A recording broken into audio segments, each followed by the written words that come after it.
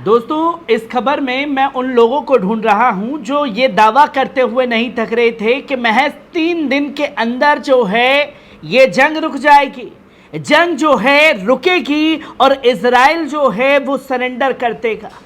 पर अब cease fire को लेकर के जो तमाम चीज़ें बातचीत का दौर चल रहा था वो आखिरी विकल्प भी पूरी तरीके से ख़त्म हो चुका है, जहां हमास ने पूरी दुनिया के आगे इजराइल को नंगा कर दिया है और नंगा कर दिया है उन देशों को जो बार बार ये दावा करते रहे कि हाँ हम खलीफा बनेंगे, हम रुकवाएंगे ये जंग, जिसमें कतर, इजिप्ट और अमेरिका को भारी जलालत का सामना करना पड़ा है, जिसकी तस्वीर लोगों के सामने आई है। जहां लगातार हमास पहले ये कोशिश करता रहा कि कुछ शर्तें हमारी मानी जाएं, कुछ शर्तें इजराइल की मानी जाएंगी,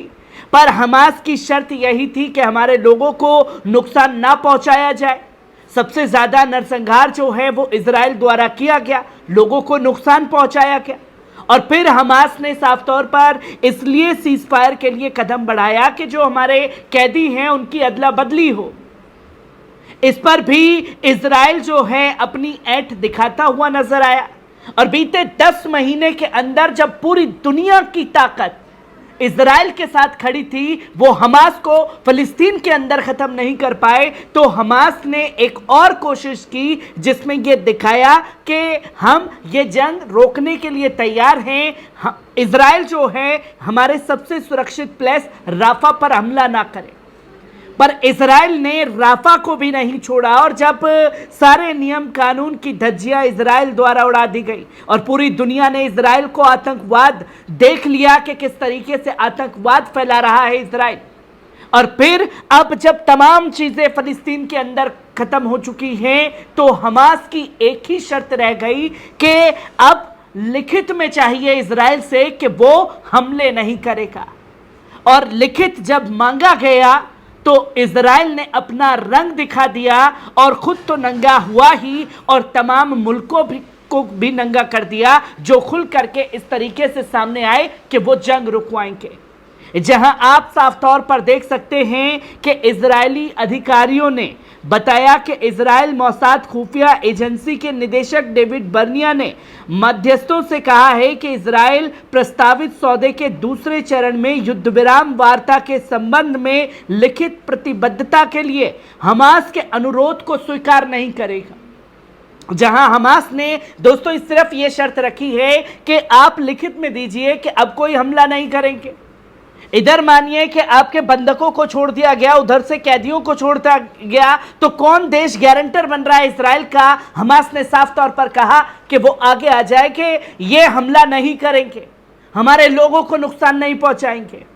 जो करेंगे, जो ये गारंटी लेते हैं वो देश आगे आए और उस पर दस्तखत कर दे। पर दस्तखत के लिए साफ तौर पर इजराइल ही नाट गया, जहां वरिष्ठ इजरायली अधिकारियों ने साफ तौर पर कहा कि दोनों पक्षों के बीच जो बड़ा अंतर अनसुलझा है वे इजरायली प्रस्ताव के अनुच्छेद 14 के ढांचे हैं, जिसके इर्द गिर्द घूमता है। ये खंड समझौते के पहले चरण के दौरान फिलिस्तीनी प्रतिरोध और इजराइल के कब्जे के बीच शुरू होने वाली बातचीत की अवधि से संबंधित है। इन वार्ताओं से समझौते के दूसरे चरण की शर्तों पर सहमति बनी रही चाहिए। अनुच्छेद 14 की मूल भाषा में कहा गया है कि संयुक्त राज्य अमेरिका, कतर और मिस्र समेत मध्यस्थता ये सुनिश्चित करने के लिए हर संभव प्रयास करेंगे कि बातचीत का ये दौर एक समझौते में समाप्त हो और जब तक बातचीत जारी रहे तब तक युद्ध विराम जारी रहे, जिसकी साफ तौर पर यह तस्वीर सामने आई। और अमेरिकी अधिकारी ने यह बताया कि बिडेन प्रशासन ने एक समझौते का सुझाव दिया था कि अंडरटेक शब्द के उपयोग की पेशकश की, जिसमें सुनिश्चित करें कि शब्द की तुलना में बाध्यकारी और प्रयास करने की तुलना में अधिक बाध्यकारी मान्यता होगी। जो कि अंडरटेक का मतलब कि आपको एक साइन करके देने हैं और जो होगा ऑन टेबल होगा। कतर, इजिप्ट, अमेरिका, इजराइल और हमास के बीच ऑन टेबल सारी चीजें होंगी, पर साफ तौर पर इस बीच में नकारता हुआ नजर आया कि हम कोई दस्तखत नहीं करने वाले हैं। जिसकी वजह से ये सारी चीज़ें जो हैं वो जारी रहीं। और हमास ने भी तुरंत बोल दिया कि ठीक है, जब तक जंग लड़नी है लड़िए, हम भी पूरी तरीके से तैयार हैं, अपने आखिरी मुजाहिदीन भी आखिरी सांस तक जंग लड़ते रहेंगे, जिसका खास तौर पर खुलासा किया गया। और इसकी जानकारी जब इजराइल में पहुंची है दोस्तों, तो इजराइल में हर जगह बेंजामिन नेतन्याहू मोसाद के पुतले फूके जा रहे हैं। अपनी ही सेना के खिलाफ जो हैं इजरायली खड़े हो गए हैं। जहां इजराइल में प्रदर्शनकारियों ने शनिवार को बेंजामिन नेतन्याहू के नेतृत्व वाली सरकार के खिलाफ प्रदर्शन करने और फिलिस्तीनी प्रतिरोध के साथ कैदी विनिमय समझौते की मांग करने के लिए कई कब्जे वाले शहरों और बस्तियों को इकट्ठा किया। मुख्य रैली तेल अवीव के कपलान स्ट्रीट पे हो रही है, जो याफा के खंडर पर बना एक प्रमुख शहर है, जहां हजारों लोग साप्ताहिक सरकार विरोधी प्रदर्शन में भाग लेते हैं। और तेल अवीव में विरोध प्रदर्शन इजरायली बंदियों के परिवार और प्रतिनिधित्व करने वाले एक समूह द्वारा किया जा रहा है। मतलब वहां के लोग भी अपनी हुकूमत के खिलाफ सड़कों पर एहतजाज कर रहे हैं। जैसे ही प्रदर्शनकारी ने तेल अवीव में आयलोन राजमार्ग को बाधित कर दिया, तो पुलिस ने उन पर पानी की बौछार की है। प्रदर्शनकारियों को पश्चिम से आयलोन राजमार्ग के अवरोध से रोकने की पुलिस ने तैनाती के साथ दर्जनों प्रदर्शनकारियों को गिरफ्तार किया।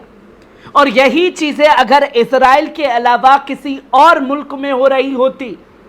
तो यही शख्स बेंजामिन नेतन्याहू कहने में देर नहीं लगाता कि ये यहूदी विरोधी सोच है, ये यहूदियों के खिलाफ दुश्मनी का खुला इजहार कर रहे हैं, ये यहूदियों से नफरत करते हैं, इसलिए सड़कों पर उतर रहे हैं। अब यहूदी देश इजराइल और यहूदी प्रधानमंत्री बेंजामिन नेतन्याहू और उसकी सरकार के तमाम नेतागण, यहूदी सेना और यहूदियों के खिलाफ ही यहूदी सड़कों पर उतर आए हैं, जिसकी तस्वीर खास तौर पर सामने आ रही है, जिसे दुनिया बखूबी समझ चुकी है कि बेंजामिन नेतन्याहू सिर्फ अपनी राजनीतिक शाख को बचाने के लिए यहूदियों का इस्तेमाल कर रहा है, उसे इस नरसंहार में झोंक रहा है, जो कि बड़ा नुकसान सेना को उठाना पड़ा है। जो कि साफ तौर पर आप देख सकते हैं कि इजरायली मीडिया ने भी ये बताया कि कैदियों की अदला बदली और युद्ध विराम समझौते को लेकर एक तरफा गाजा पट्टी पर युद्ध को समाप्त करेगा, जिसकी जानकारी येदियुत एहरोत समाचार वेबसाइट के द्वारा दी गई। और ये बताया कि संभावना को विफल करने के इरादे पर गहरा गुस्सा व्यक्त किया है। और समाचार वेबसाइट ने खुलासा किया है कि कैदियों की अदला बदली के समझौते पर पहुंचने की कोशिश कर रहे इजरायली पक्षों ने नेतन्याहू के कार्यालय द्वारा बुधवार को कुछ पत्रकारों को वितरित एक बयान पर अपना गुस्सा व्यक्त किया और बताया कि बेंजामिन नेतन्याहू अपनी सत्ता के सनक के चलते इजराइल को बर्बाद कर देने पर तुला है।